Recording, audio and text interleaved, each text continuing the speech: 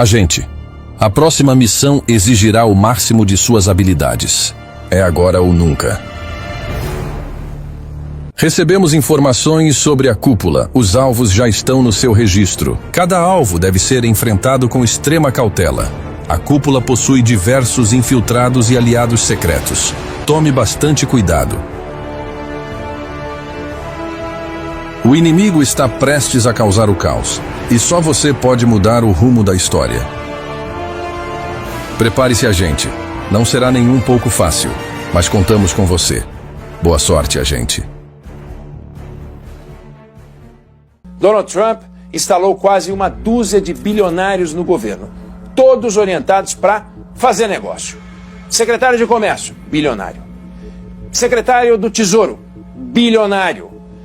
Chefe do Departamento de Eficiência Governamental, Elon Musk, só o homem mais rico da Terra. 70 vezes mais rico do que Donald Trump, que é bilionário. Aí esse time está orientado a reindustrializar o país, atrair capital, reduzir os custos do Estado e baixar os impostos para todo mundo, inclusive para os mais ricos. Aí, se eles conseguirem, a carga tributária dos Estados Unidos, que é de 27%, vai cair. Você concorda que para investidor, para empresário, essa notícia é música e que isso é muito mais importante do que as opiniões do presidente americano sobre o Brasil? E aí a gente olha para cá e fica se perguntando que sinais os investidores e empresários estão recebendo aqui do Brasil. Carga tributária que se aproxima de 35% do PIB? Dívida pública que não para de crescer? Taxa de juros perto de 15% ao ano?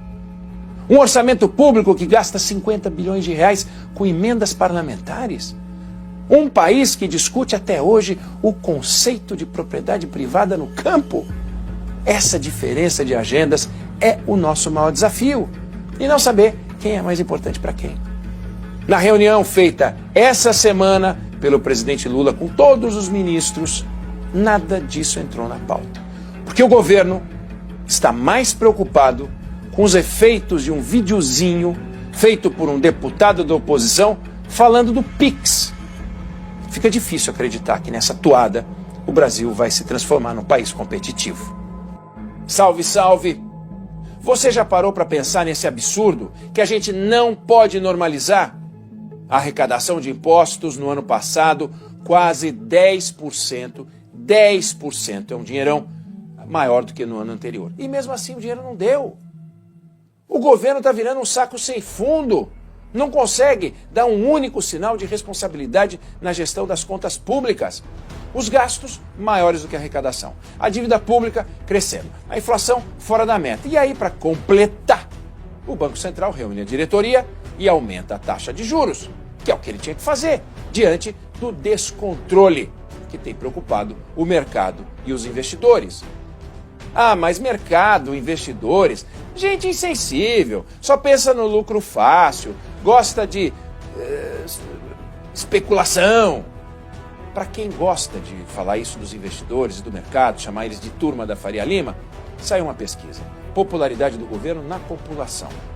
É gente que não usa patinete, que não tem aqueles coletinhos sem manga, não joga beach tênis. E a população está dizendo o quê? Está aborrecida. A pesquisa mostra aumento da avaliação negativa do governo, que é maior do que a positiva, ficou. O apoio ao presidente caindo entre mulheres, entre estudantes do ensino médio, na faixa de renda de 2 a 5 salários mínimos, no Nordeste, onde o presidente ia bem. Motivo para esse quadro negativo, um deles, é essa sensação de descontrole. E descontrole não é só falta de compromisso com as contas públicas. Descontrole é não conseguir dar uma resposta razoável e rápida quando os problemas aparecem. Não vamos ficar perdendo tempo falando muito da medida do Pix, lembra? A Receita edita uma norma para dar uma mordida na economia informal, aí cancela a medida, diz que não era nada disso, mas era. Esquece o Pix. Olha a confusão que o governo está fazendo na discussão sobre preço dos alimentos. O Palácio do Planalto parece barata tonta. Não consegue dar uma resposta efetiva para o problema e fica discutindo o assunto como se a culpa fosse dos agricultores. Bom, mas além desse descontrole nos assuntos econômicos, tem descontrole político, com briga na base aliada, descontrole institucional na relação com os outros poderes. O momento do governo é muito ruim. E, para variar, quando a crise aperta, santo remédio que aparece, a reforma ministerial. Já estão falando, como se trocar nomes fizesse o descontrole sumir. Nunca aconteceu. Vamos aguardar, vamos torcer para que no governo Lula isso seja uma exceção. Você confia no governo? Primeiro sai uma norma da Receita Federal falando em monitorar o Pix. Uma medida que, se posta em prática, dá ao leão visibilidade sobre a renda de mais de 40 milhões de pessoas da economia informal. Gente que luta e complementa o orçamento com o dinheiro que o fisco ainda não conseguiu tributar. Ficou tão feio que o governo voltou atrás e cancelou a norma. Agora vem o ministro da Casa Civil e usa a palavra intervenção ao explicar como o governo pode conter a subida do preço dos alimentos. Como intervenção é sinônimo de controle e tentar controlar preços é um dos erros básicos da economia, pegou mal. Aí ficou tão feio que o governo precisou explicar que não vai fazer intervenção coisa nenhuma.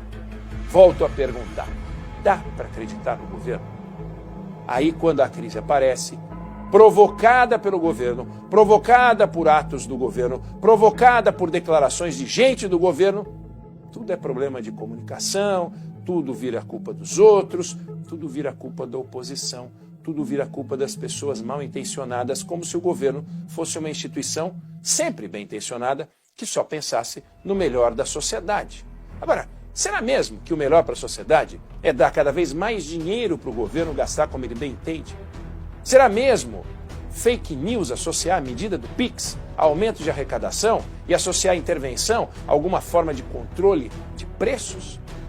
Quem falou que intervenção nos preços é a melhor forma de reduzir os custos? Que tal pensar em criar um ambiente mais saudável para a economia? Que tal começar a falar com mais seriedade em ajuste fiscal? Que tal trabalhar a sério para reduzir a curva da dívida pública? Que tal contribuir assim para reduzir a taxa de juros? Só que isso não entra na pauta do governo. O Brasil gasta proporcionalmente 1,5 vezes mais do que a China gasta com educação.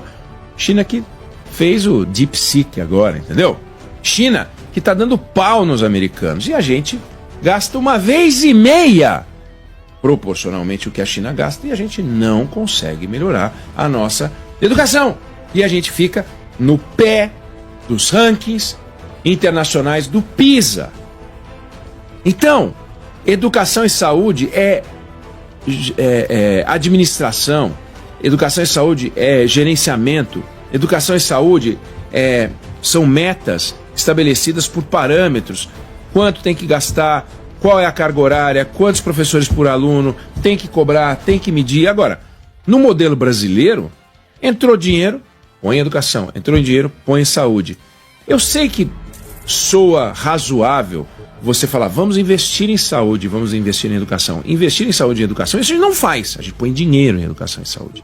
Mas investir em educação e saúde a gente não investe. Nós somos péssimos em tecnologia, ciência. Nós somos péssimos nessas áreas. Todos os rankings mostram isso. E, por essa razão, o orçamento da União tem um grau de engessamento grande, porque entrou um dinheiro, tem que ir para a educação, entrou um dinheiro, tem que ir para a saúde. Junta as despesas obrigatórias todas e você chega a quase 96% do orçamento comprometido.